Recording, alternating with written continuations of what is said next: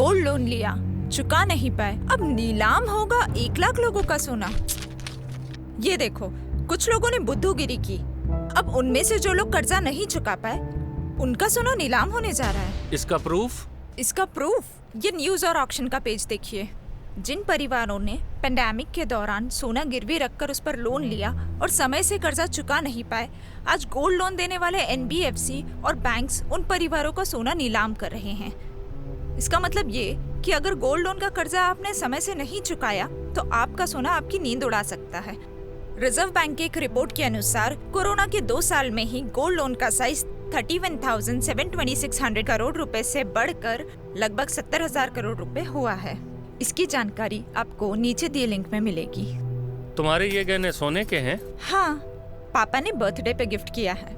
तुम्हें पता है, वर्ल्ड गोल्ड काउंसिल के अनुसार 2021 में भारत में 797 टन सोने की खपत हुई है, जो पिछले 5 सालों में सबसे ज्यादा है। मेरे एक सवाल का जवाब दो। अगर तुम्हें इमरजेंसी आ जाए तो तुम ये सोना बेचोगी या उस पे लोन लोगी? मैं ये सोना बेच दूंगी। मगर सोना बेचना तो अशुभ होता है। सोना बेचने से सोने पे लोन लेना ज्यादा अशुभ होता है।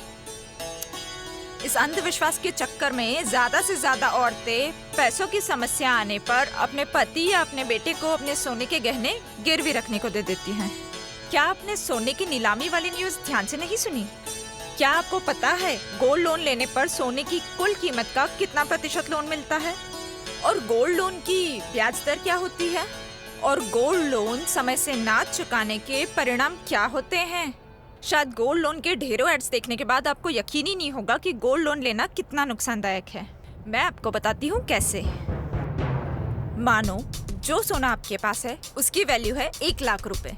तो सबसे इम्पोर्टेंट और पहला फैक्ट, जब आप गोल्ड लोन लेने के लिए जाते हैं तो आपके सोने की कुल कीमत का सिर्फ 70% लोन आपको मिलता है।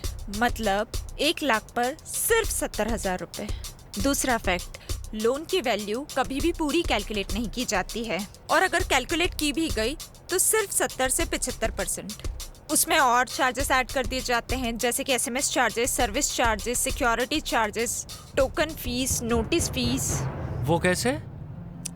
वो जानने के लिए आप मनी लाइफ फाउंडेशन के वेबसाइट पर विजिट कीजिए। इमरजेंसी में 70,000 भी मिलेंगे और फिर अपना सोना भी तो वापस मिलेगा। और गोल्ड पर जो इंटरेस्ट यानी कि ब्याज लगाया जाता है उसकी दर 12 से 32% होती है। वो कौन भरेगा?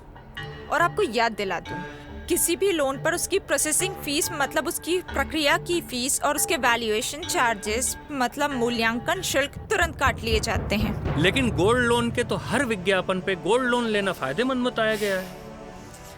यही तो प्रॉब्लम है हमारी सोसाइटी की। हम एड्स देखते हैं लेकिन उसके नीचे टर्म्स एंड कंडीशन वाली चेतावनी कोई नहीं पढ़ता है।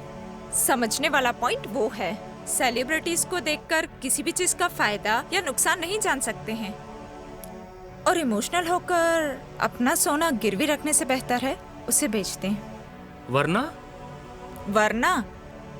वरना आपको आपके सोने की दुगनी से ज्यादा कीमत अदा करनी होगी। हो सकता है लोन लेने में नुकसान हो, लेकिन बेचने में क्या फायदा है?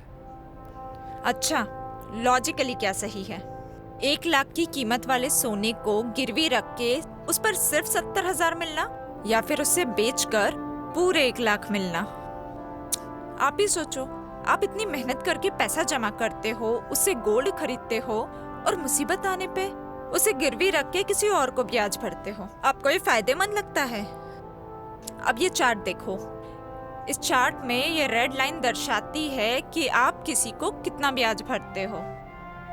अगर आप सोना बेचते हैं तो आपको किसी को ब्याज नहीं भरना है, और 39 महीने में आप जितना ब्याज भर रहे थे उतने पैसे में आपका सोना आपके हाथ में। अरे, ये तो मैंने सोचा ही नहीं। अब फैसला आपको करना है कि इस मुसीबत में आप अपने सोने का सही इस्तेमाल कैसे करेंगे। अभी आप मनी लाइफ फाउंडेशन के वेबसाइट www.mlfoundation.in पर विजिट करें और गोल्ड लोन से जुड़ी जानकारी डिटेल में प्राप्त करें।